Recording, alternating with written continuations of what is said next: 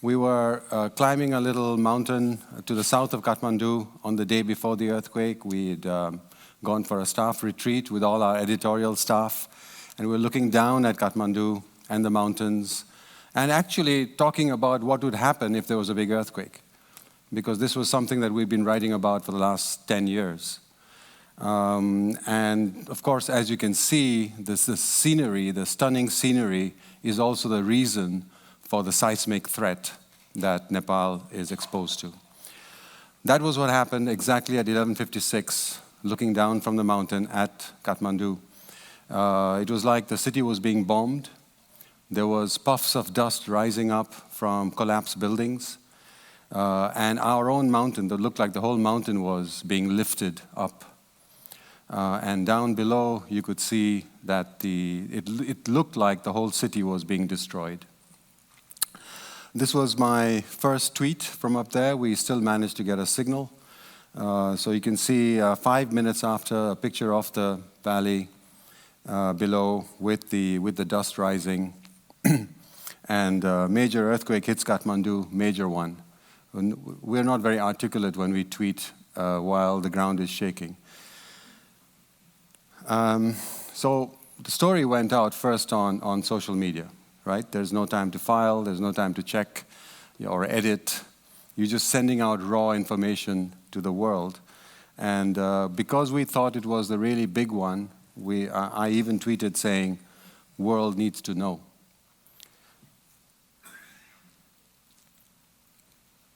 So a whole series of tweets, lots of retweets, as you can see, lots of shares. And this was the raw information getting out from Nepal, not just to other people in Nepal, but to India and to the rest of the world. And as you can see, we corrected the information as we went along. At first, it looked like the whole city had been destroyed, but as we looked through the binoculars, we found that a lot of the buildings were intact, so you had to tweet that and to correct yourself. And we came down into the city, and that's what the devastation looked like in the historic heart of Kathmandu. The temple's gone down. They were still digging out survivors and bodies from some of the temples. This was about 4.5 hours after the earthquake.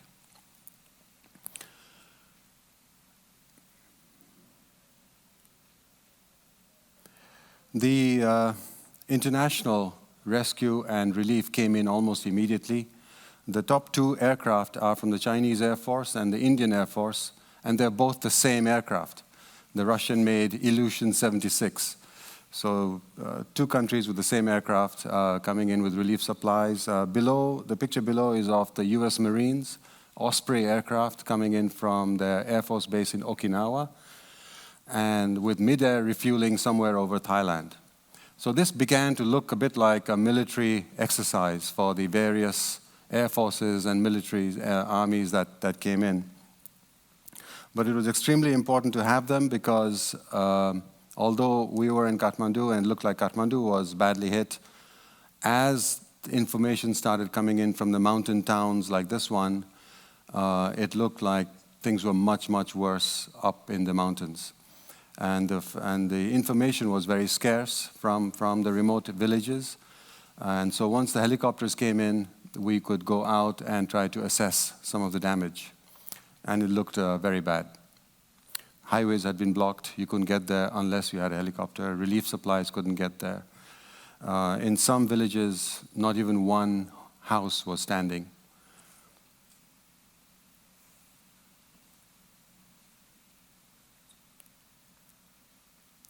Schools like this one were completely collapsed. And in this one, about 8 teachers who were doing a teacher training program were killed. Only the door remained. But this is one of the miracles of this earthquake, was that not many children were killed because it was a Saturday. We estimated that with the 30,000 classrooms that were destroyed, a conservative estimate of 75,000 children would have died that day if it had been any other day of the week. The entire town of Langtang, north of Kathmandu, which is a tourist area and a national park, was wiped out. 200 people in the village were killed, including 70 tourists who were trekking in the area. This was a gigantic avalanche that was triggered by the earthquake that obliterated the village. This was one of the most data-rich earthquakes ever to hit the Himalaya because Nepal allows seismic data to be public. India does not, and China also has restrictions on it along the mountains because it's a border area between them. But Nepal has very open source data for all the seismic equipment and sensors that are all over. So this picture came out almost immediately, which is very rare in other earthquakes, that the entire Himalayan region from north to south tilted like this. So the red area shows you the uplift, and the blue area shows you how the terrain went down. And according to this map, the area south and Kathmandu itself shifted nearly 2 meters to the south and was uplifted 1.6 meters. So imagine the tremendous tectonic energy that was released during the earthquake. This was, again, very data-rich because for the first time in Nepal, you could actually use cell phone data and geolocation of cell phones to plot the mobility of the population.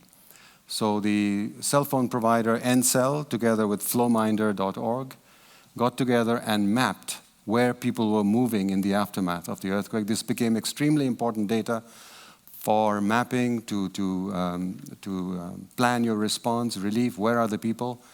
And as you can see, in the first 3 days after the earthquake, Kathmandu is that blue circle in the middle, that was depopulated by more than 200,000 people. And within the first 2 weeks after the earthquake, 2 million people had moved out of the city. And where did they go? You can see from the map where they went. The smaller red dots are where they went. So this is all possible because of cell phones. Other mapping of damage. This is the UN with its data mapping. The purple dots show you buildings that were completely destroyed. So with these kinds of maps, it's also useful for journalists, but it's also useful for response planning. The trick for us journalists is to know where to get this data.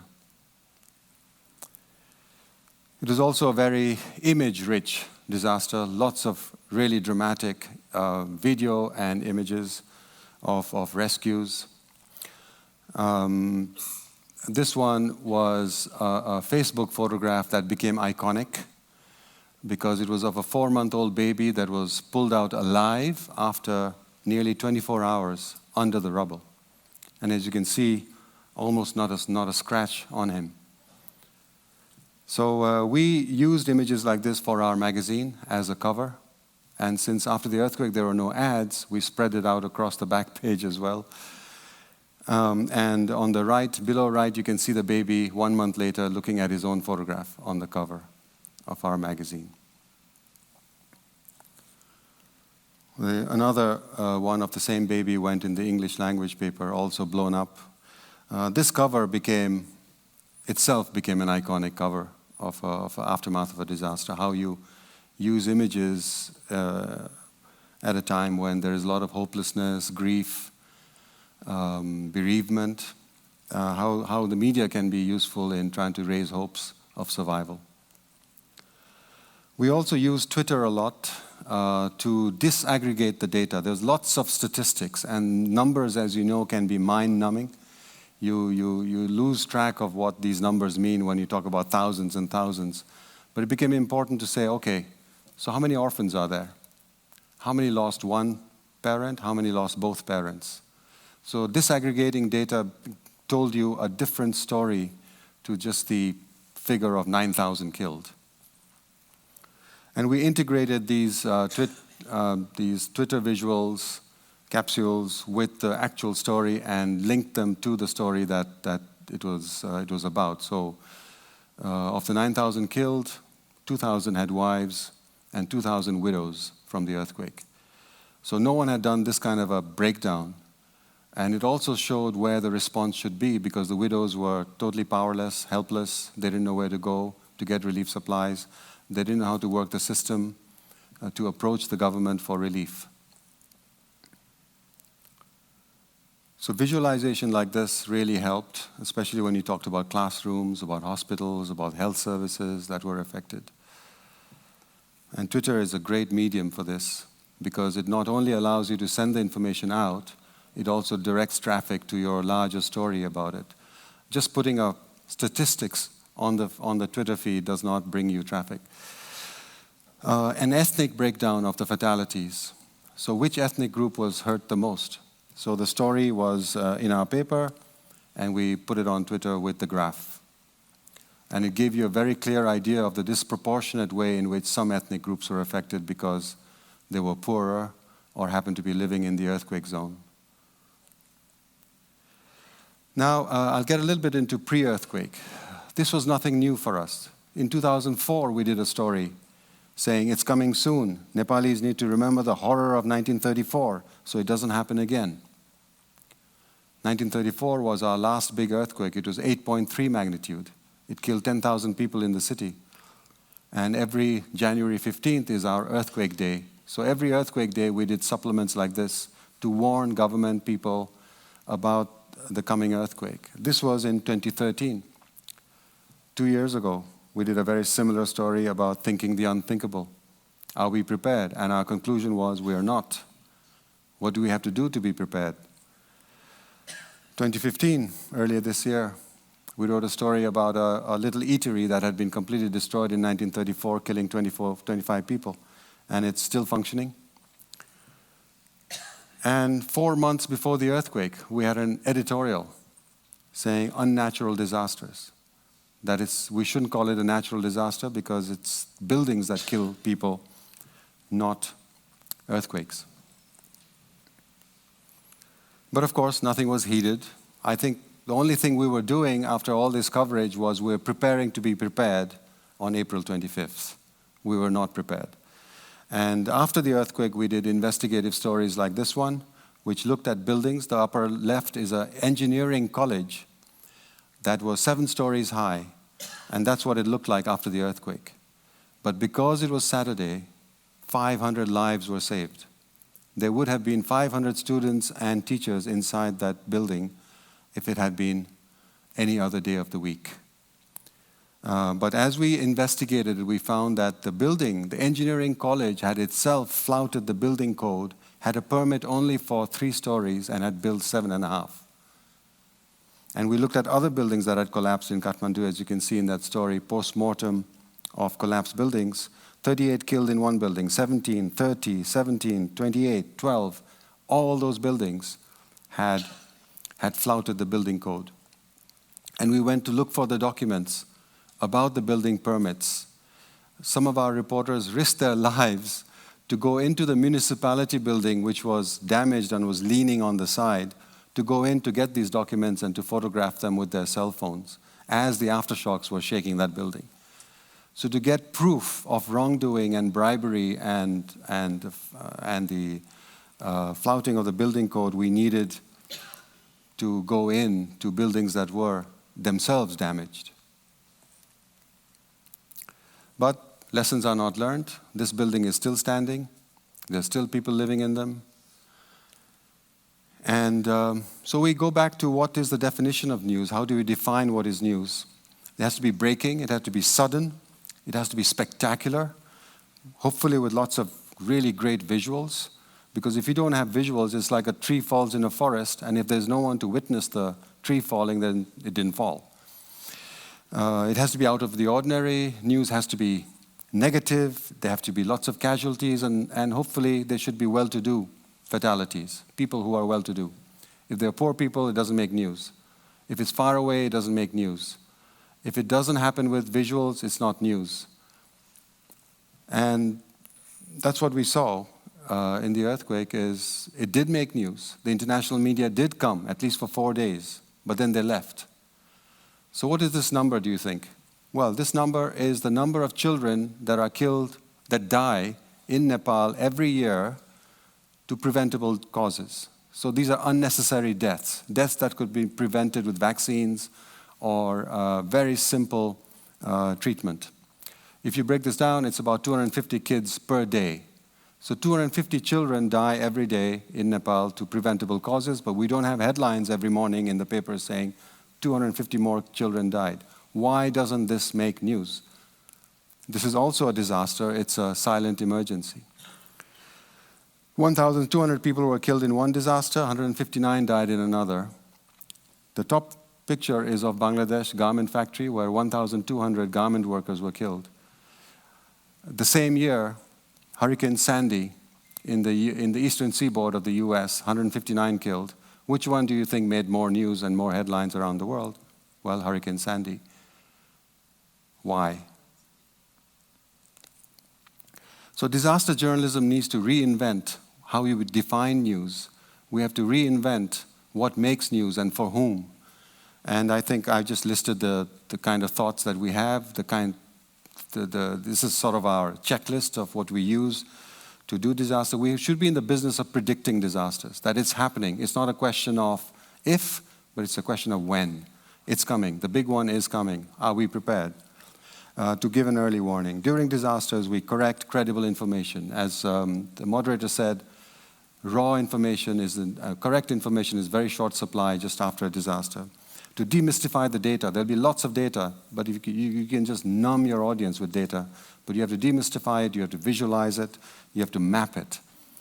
You have to be technically self-reliant yourself as a journalist. You have to have power backups, you have to have Wi-Fi, you have to have food, you have to have safety. And this is what we found out in the aftermath of our earthquake, working out of tents, is you need all these systems to get the information out. You can have the information.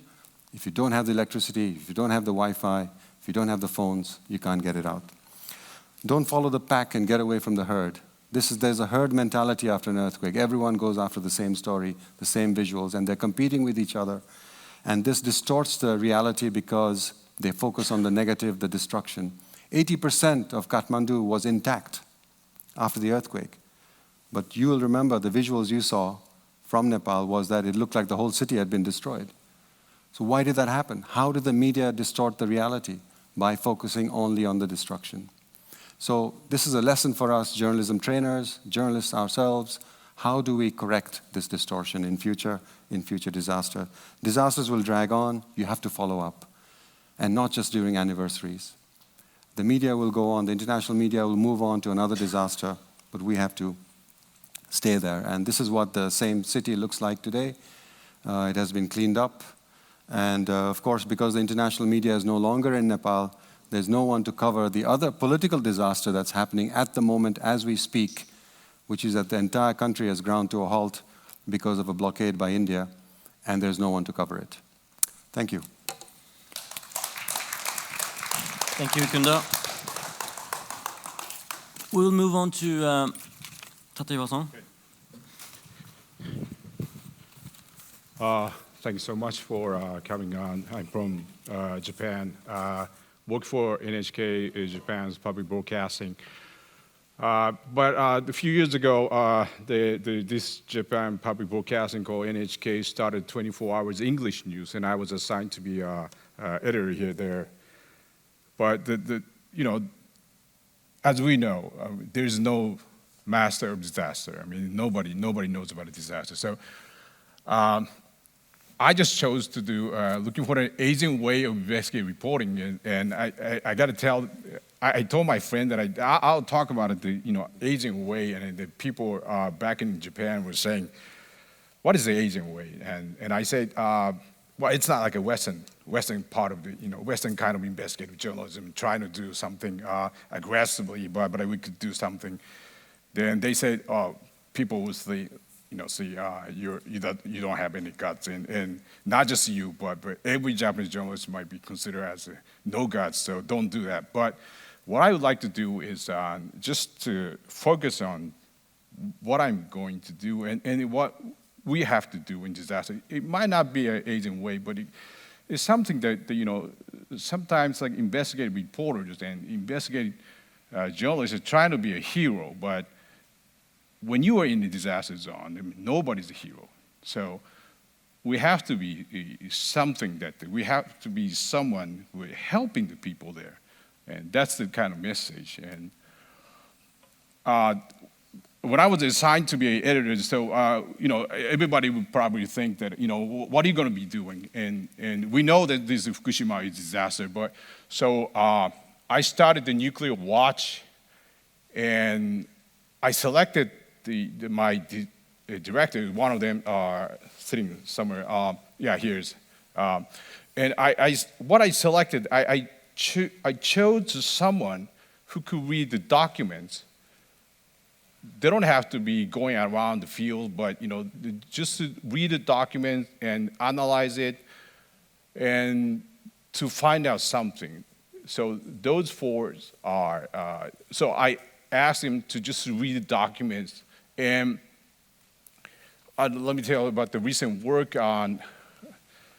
We had an interview with the executive of the TEPCO. TEPCO is Tokyo Electric Power Companies. He's run the Fukushima Daiichi, and I knew him because he was the one at the time of the disaster.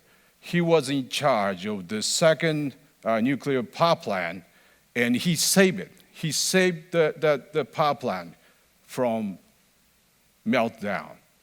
So ever since I decided to be in charge of the team, I start chasing him and start talking to him, start sending the message, because I knew everything that related to the plan of decommissioning or disaster relief are too political.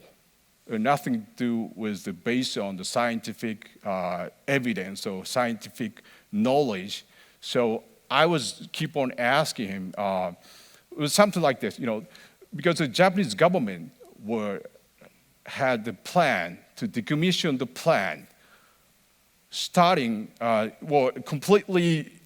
starting to take off all this debris, highly toxicated debris from 2020, and people are saying that that's unrealistic. But TEPCO, the company, was keep on telling the people that we don't comment on this. Because the government set the plan, so TEPCO could not say anything about it. But I knew him. I knew he knew it, because he's not just the CEO. He's the man of the science. So I've been keep on approaching him, and a couple months ago he admitted to be on my the interview, and what he said was,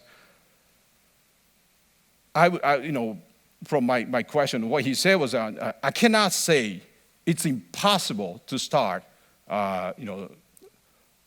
taking off the debris from 2020, but I cannot say it's possible.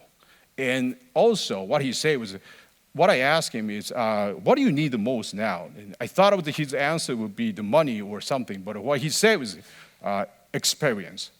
And what he said surprised us the most is that he doesn't even know how much radiation the human being can tolerate, meaning that he is using 8,000 workers in his facility, risking their lives. And he admitted he doesn't know how to prevent from those workers to be, jeopardize their lives. And so that, even if it's we're a tiny little English news broadcasting, but this went to the Diet and huge discussion. And he was called on to Diet, and then what happened was the government weeks later admitted to change the plan and change that. The goal is not a 2020, it could be more. And as you can say, 2020 is kind of symbol for Japan, and that's the time the Tokyo Olympic Games would start.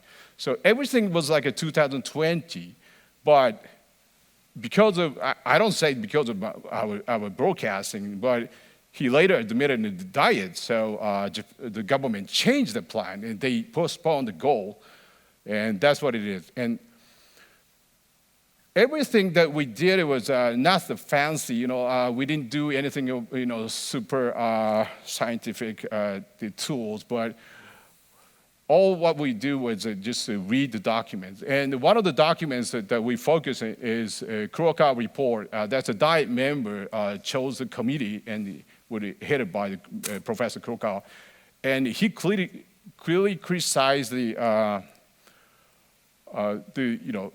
disaster as man-made disaster. And so our focus was how does this man-made disaster actually happen? And even after this, they started doing something like a decommissioning process, probably there's a man, as the TEPCO executive clearly said that, I mean, nobody knows where we're going to. So we focus on the documents, and that team, what he put is, we're all amateurs. We don't know, what we can do. So journalist is not a professional. I mean, when it comes to disaster, when it comes to radiation, nobody is professional. So we try to be an amateur. So to read the papers and ask questions, everything was. So now we have more than 4 directors, but. We are assigned all this, just to read it, to read and ask a question. So that's probably the only way that we can do. And one of the things is, I think this is in Japanese, so I don't think you can read it. But what the TEPCO is now doing is they're not hiding. They do not hide the information. Rather, they put out all this information. Like this is just, one of those. They put up in a couple of weeks. So, what happened was nobody's going to read it. But if you read it, there must be something. So we just keep on reading it. But documents are a lot. I mean, maybe, that's impossible for even those mainstream medias or even a newspaper. It has a lot of reporters, but it's hard to focus in on those the paper. But one of the things that we find out is that this is the computer graphic that we made. Those are the facilities, and what the Japanese government is trying to do now is to prevent contaminated water to sinking into the ocean. What they're trying to do is they're trying to block the entire the region with ice wall, using the tube, insert the liquid, then instantly, entirely, they're going to be wall. That's their plan, and they're spending billions of dollars. But we found out just a document. It's an open document. There's 170 pipelines connecting with outside with the facility. That's not that's you can find everything, and we find it all this that it's more than this. This is just an image, and we go up to the the people, and we go up to the government agency and say, is it possible? Because all these pipelines are blocking it, and if the plan is that the ice wall has to be immediately have to be built, otherwise contaminated water will probably flow down to the other place. So that wouldn't work. But as a TEPCO's document was saying, that 170 all these pipelines are blocking it. So I don't know, and the agency were not confirming, but I think this is going to be another problem, but still it's going on. And also what I did to be really doing was a collaboration with foreign scientists. It's kind of a shame to be saying this, but after this disaster, Japanese scientists really hesitated to collaborate with the media, or especially investigative kind of the work, because they're the one who get the money from the government. So one of those, the Woodhull Oceanographic Institution from the U.S., we collaborate with the American scientists, and we went to the as close as the Fukushima Daiichi with a boat, and we collected all these waters and sediments and all these soils, and we try to check it. And what it is TEPCO have been denying that any of the contaminated water was not leaking outside of the Fukushima Daiichi. But it's kind of strange, and because the water, seawater, is always coming and go back with the the water from the rivers, or water from the underground water. It's all connected. What they say was the 30% of the underground water is always exchanging with the ocean. So. And they found out. So this is not our investigation, but they found out that that's the water is leaking. We still have 1 more minute.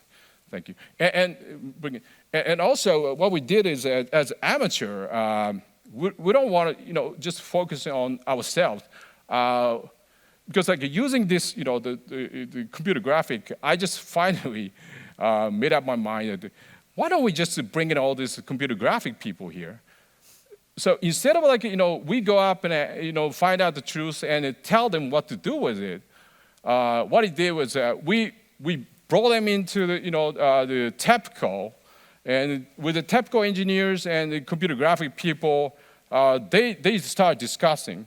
So that the funny thing is that's what they made it. That's this is the ocean side, and 1, 2, 3, 4. That's the building, and underneath there's highly toxic waters are located. But what the computer graphic people ask you is not like our questions. It's more like how many meters are from here and down there, and what angles, because they have to build the computer graphics. So it's totally different from our angle. But find it out.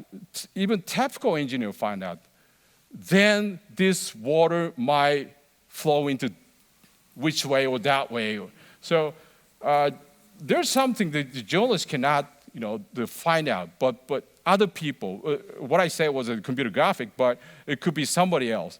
So we don't have to be, professional. We don't have to be knowing something. But we, with the help of all these people, with all these professionals, we created all this, and we estimated that the water is actually leaking.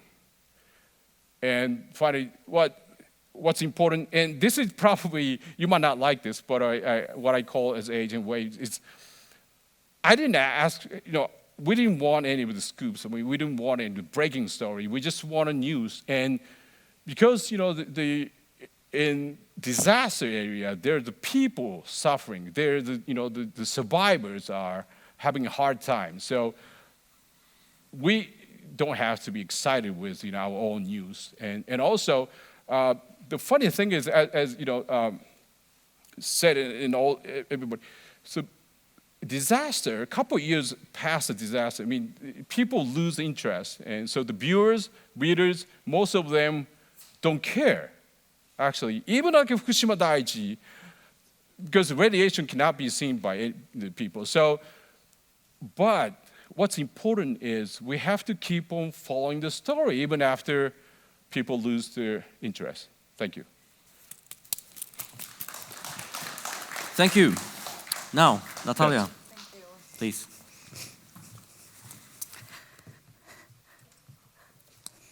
Thanks very much, and thank you to my co-panelists for making such a strong argument for the importance of following this story, because that's what I'm going to talk about. I'm going to talk about how we can follow the story. So Coda is a startup which I co-founded, and it wasn't actually designed to cover disasters. We set it up as a new platform for covering crises.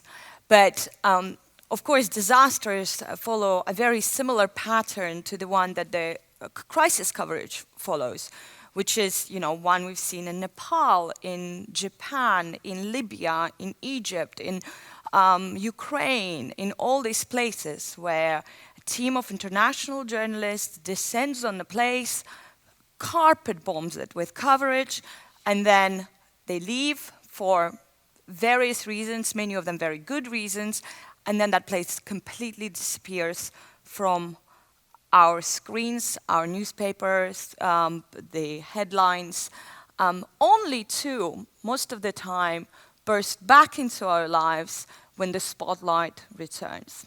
So it's with that in mind that after one of my trips to actually Yemen, where I was covering the revolution, and I spent 6 weeks in Yemen covering the revolution for the BBC. Then I had to be pulled out, and I very clearly remember leaving Yemen knowing for sure, and BBC couldn't find a replacement, couldn't fly anyone in, and I knew that even though the story was about to get even bigger than it was also about to disappear from the editor's agenda, because once you don't have a person on the ground, it's just so much harder to get the story across. So that was what got me thinking, and got the conversation with a few colleagues of mine where we just thought, okay, so how is there any way of doing it differently? How can we actually follow a story? And we came up with the idea for Coda. And Coda is basically, the idea itself is very simple. It's a single subject platform. So we do one crisis at a time, and we do it for an extended but finite period of time, so it ends. We don't do it indefinitely, and we put a team of journalists just on that crisis. Our main selling point, our main argument is that if you tell a really good story, people will listen and will hear even after even after the attention moves on. But the big question is still, why the attention moves on, and what can we do to keep the attention in the story. And I think there are a couple of reasons. I mean, first of all, we all suffer from short attention spans. That's everybody's problem these days. Well, mine for sure, at least.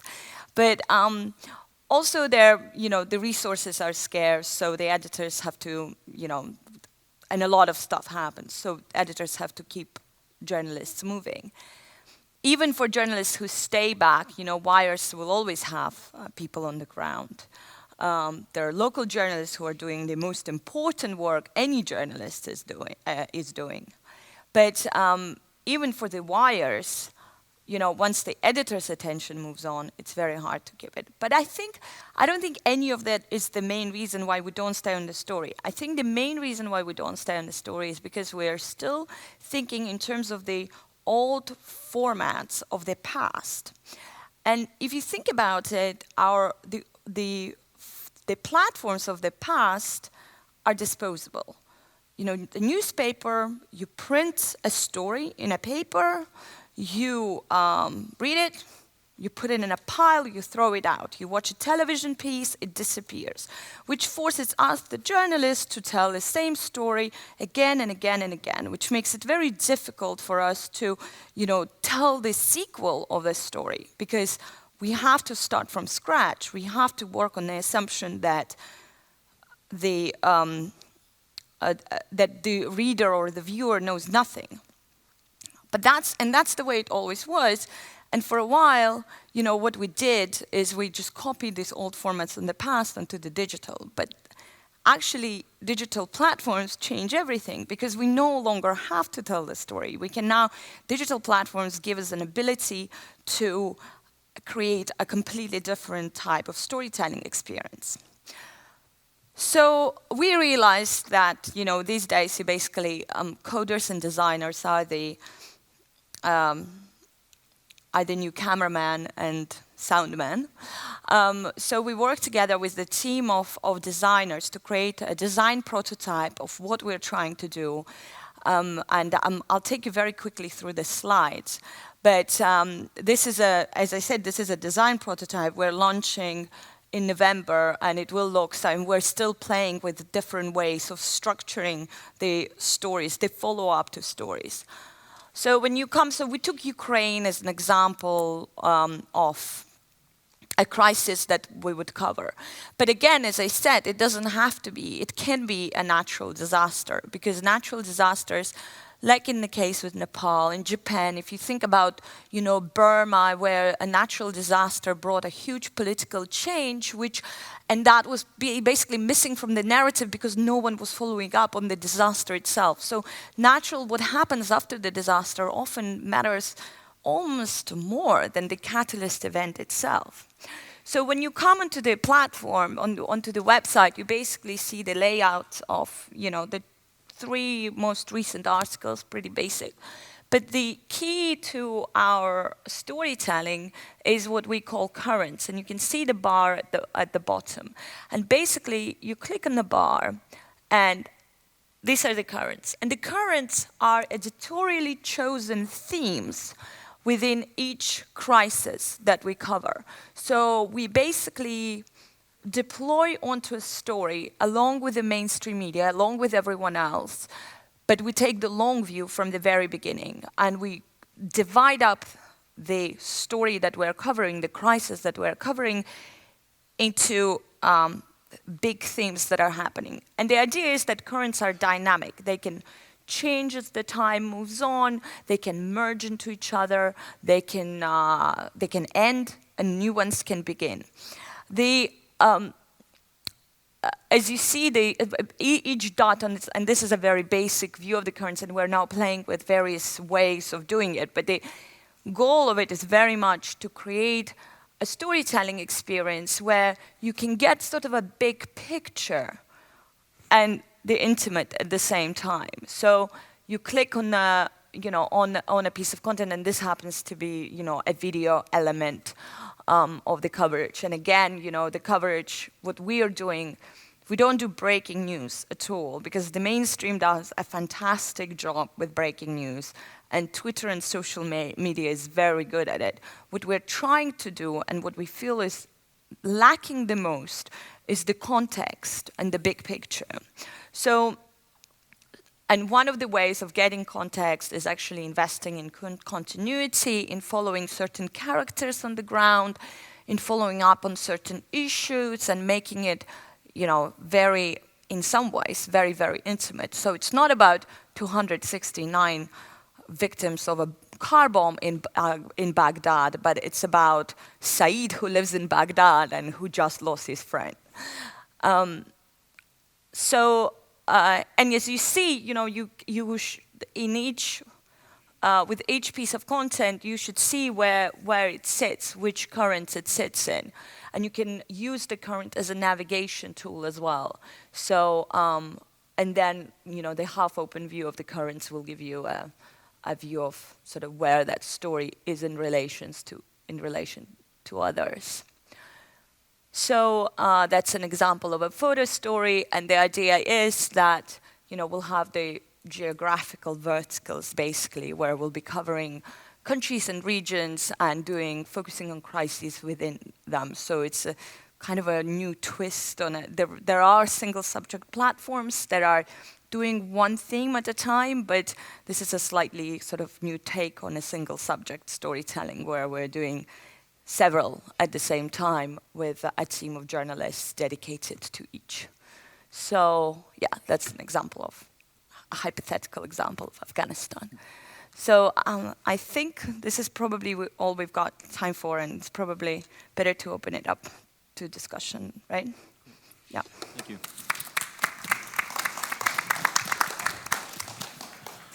I think what's most striking after listening to the stories from Nepal and Japan is how much we have already forgotten about these big events that everyone was watching at the time when it happened.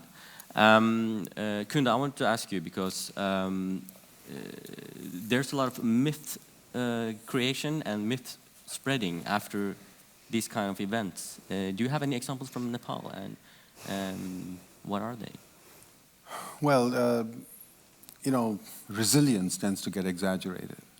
Wow, the Nepali people are so generous and so smiling and so brave and so strong. And so that becomes a myth that runs into the narrative of the story, and it becomes almost a script that other mainstream media then cannot deviate from. So the myth creation happens along the way. I don't think it's deliberate. I don't think anyone's doing it. But the editors, the gatekeepers, and the reporters all fall into this stream where you cannot deviate from that path. Mm-hmm. That's why I find, the Coda example, what you were doing, exactly what we've needed. I've always thought there's this distortion in the mainstream media, especially the international media. How do we overcome that? And I think keeping on at the story, not letting it go, and now because of internet and the social web, it is possible to do it and keep on at a story, and it is no longer disposable. You can renew the story. It's a continuum. It never stops. Because on the net, the story doesn't stop. Whereas yesterday's newspaper, you can throw it away. So that's brilliant. Right. I think, yeah, all success to you and to your experiment. I think I'll be your most loyal follower. Excellent. There are also a lot of stereotypes. You mentioned that Nepalese people were presented as resilient, and in Japan, I remember that a lot of people were impressed by how the Japanese were handling the crisis. That everything was seemed to be working, and people were disciplined and standing in line. And while coverage from Haiti and other places tend to focus on desperation and looting. I mean, you remember the stories about people in Haiti who were looting shops for food when they were merely trying to survive because they didn't have any food and the food was rotting. But in Japan, I think that we have the image that it's an open and democratic society, but at the same time, there was a lot of distrust against the government, and especially the power company, TEPCO. Can you say something about that? Yeah, as you mentioned, right after the disaster, many people were, in a way, surprised how incapable the government, they trusted it. And what TEPCO was considered to be, was called excellent company in Japan. They dominated the energy, and so everything they did was right. Regardless of how they proceed with a nuclear the plant, and ended up like they knew nothing. And what the Professor Krokow said, everything was, what they say was regulatory capture. They control even the government. That they had when you come to talk about a mess, I mean, they are the one who've been telling everybody that the nuclear power plant is the safest energy and the cheapest energy.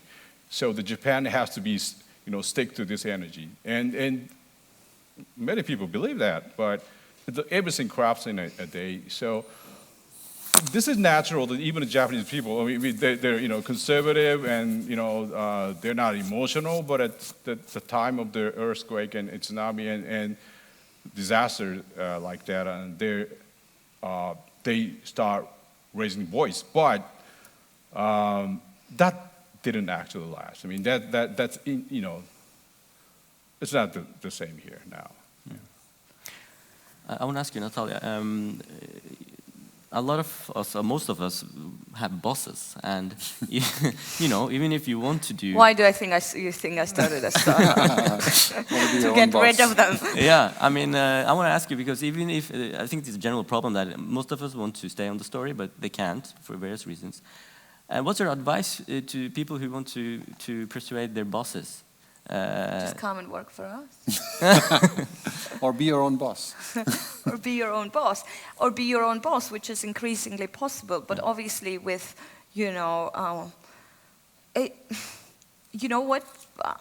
try to convince them. And I've certainly been in a situation when I would, call and say, no, I'm not leaving. But there also comes a point when the bosses have a responsibility to pull you out because it's exhausting to be covering wars and disasters, and it's damaging to your mental health. And so I am actually all for bosses telling people that you got to get out. So I think the solution is not on the level of reporters. I think reporters, yes, we want to stay on stories because we know what the consequences are, we know the importance of it. But I think the solution it has to be much larger. I think solution has to lie in the commitment to a story and a format. And the format is something that we never had before, but we do now.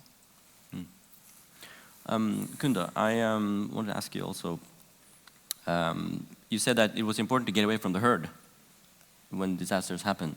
Are there any specific angles and specific types of people or documents that one should look for? Well, specific meaning, as soon as you get away from the pack, you'll see the stories. Because what you see when you go with the pack is is what everyone is seeing. You know, I mean, it'll be the baby being pulled out of the rubble, or it'll be someone being rushed to hospital. Everyone's going there, getting that visual. But if you step back, you can actually see how the presence of so many journalists is changing the reality, and that gives you a completely different perspective on what you are doing there. You know, you've become, just by your sheer numbers, you've become part of the story because you're changing it. And I think just stepping back, being there after the herd leaves, going to a different place, going to an area that is not being covered, I think that's what journalism should be all about. But unfortunately, because of the format, because of the nature of the beast, that's how media operates, we fall into this trap. We all like to drink in the same bar. Yeah, and exchange the stories in And the exchange evening, the stories. how brave you were. Yeah. Mostly, it's true for mainstream media. They have to be, probably run the story. Somebody has to be, is running. So they're all chasing after the same story. So if something happens, baby story, then everybody goes for the baby stories. So yeah, that's it. Yeah. No, I think I just heard it at another session, just the previous one to this, where they were talking about investigative journalism. What makes a student take on an investigative story? And the professor said, anything that makes you angry. Mm.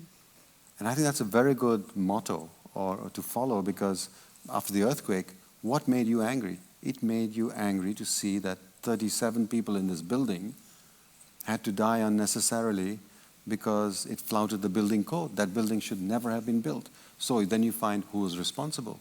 Then you trace back what are the documents. Then you find the proof.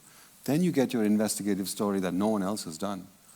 And that's how at least we operated. So you have to get out of that format, you have to get out of the herd, and then see what makes you angry and try to look for the blame. Is there a microphone here? Yeah, so we can also open up for questions from the audience. We have one here. Please stand up and present yourself. I'm Tiko Tsomaya from Georgia. This conversation is very important for me. I was thinking and reflecting how in 2008, when Russia had a war with Georgia, whole international press was covering the crisis, but then everybody fled to Georgia, and right now we see, I'm very angry, but I see that Russian propaganda is increasing, Russian money coming in Georgia, lots of new media companies are emerging, and truth is really violated, and people are not able to have informed choices, right? And congratulations, Natalia has a very nice idea, but I doubt, I have a question. Will it have an impact overall? Still people are kind of very much got used to what we have right now. Thank you. Okay, Natalia. Will it help? Look, I think so, and I think we all need to do our bit to come up with better solutions that we have now, and I think, will it have impact? No. Yes, of course it will. Will it have the sort of impact? Will we have the sort of audience that, CNN and BBC have? Of course not. Are media habits changing? Yes. Are people looking for alternative sources of information? Yes. Are we becoming more and more attracted to, this whole idea of global is local, and what's your, your interest is what makes local journalism. So we all have niche habits. We all, I might be sitting in Congo and be reading a lot of baseball news from the United States, So all of that is changing, and I think the media formats that we know, including the mainstream media, are becoming increasingly outdated. But does it mean that, the chase for the headline will stop? And no, of course not. Some of the stuff will stay the same. I don't know if I have the right. Look, I'm Georgian myself. Tigo knows, like, I hear your pain, and I think, you know, in the region especially, you know, yes, Russian propaganda is a huge, huge issue that all of the media needs to be standing up to. But we also need to be looking for alternative to the way we used to cover events and news, exactly to fill the gaps that the mainstream creates. Any other questions from the audience? There are 3.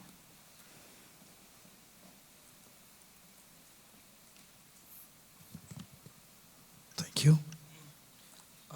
I'm from Kathmandu, Nepal, and my question is to Kunda sir.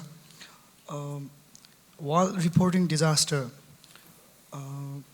I've seen that some online media outlets, those are not in spotlights, but they were sending information about earthquake data sets which were misleading, and people in the Facebook, because Facebook is very popular in our country, and people were following those informations and relying on their information that next disaster is on the horizon.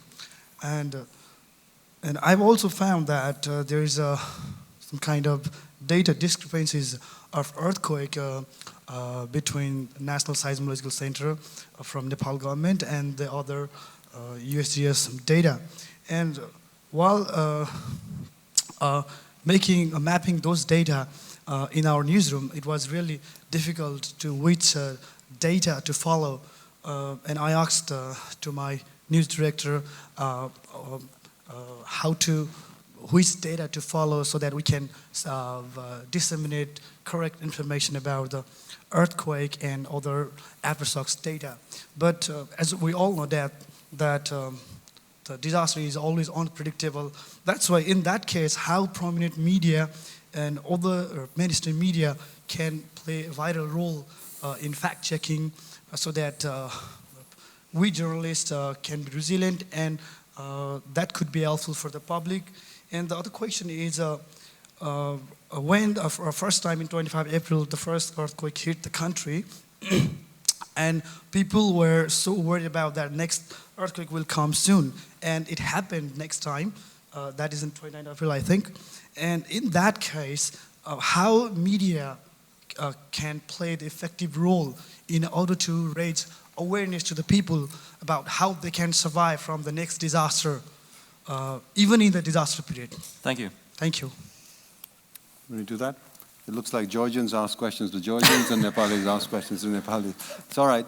I think a very relevant point, and it might be a lesson for other countries with other disasters, is the social web is full of rumors and unverified information. People in general tend to trust the most modern media platform, but it's not necessarily the case. The most modern media platform is actually an exchange for gossip and rumor. So the lesson from Nepal is that Facebook especially was where there was a lot of rumors, there was a lot of unverified information, predictions by astrologers about the next aftershock, and people believed it. Luckily for us, I think what we had done in terms of preparation for the big earthquake that was coming in the last 10 years was a lot of sensitization training of journalists about seismicity, the science of earthquakes, and how to be prepared. So the coverage in the mainstream press was actually very good and accurate. So it tended to balance out what Facebook was doing. Twitter, on the other hand, was actually more credible because it was mostly journalists who were tweeting, and there it was more verified information. And overall, in the social web, as you know, although there are rumors flying around and inaccuracies, there is what's called the wiki effect. So the untruths finally, at some point, I mean, after a few days or a few hours, tends to get overlapped by the truths. So the correct information overlaps the incorrect ones. But it's in that period, in the few hours or days when the incorrect information is prevailing, that the damage can be done. The other thing about early warning is to beware of crying wolf. I think if you keep saying every 6 months there's a big earthquake coming, there's an 8.5 magnitude, it's going to kill 200,000 people, you're crying wolf, it doesn't happen, people tend to get desensitized and therefore will not take your warning seriously. So there's a real fine line between creating or panic and informing people constructively about what's coming so that they can take action. Thank you. My name is Jörg Eigendorf from Die Welt in Berlin. I have a question. I'm not Georgian, but nonetheless have a question to Natalia.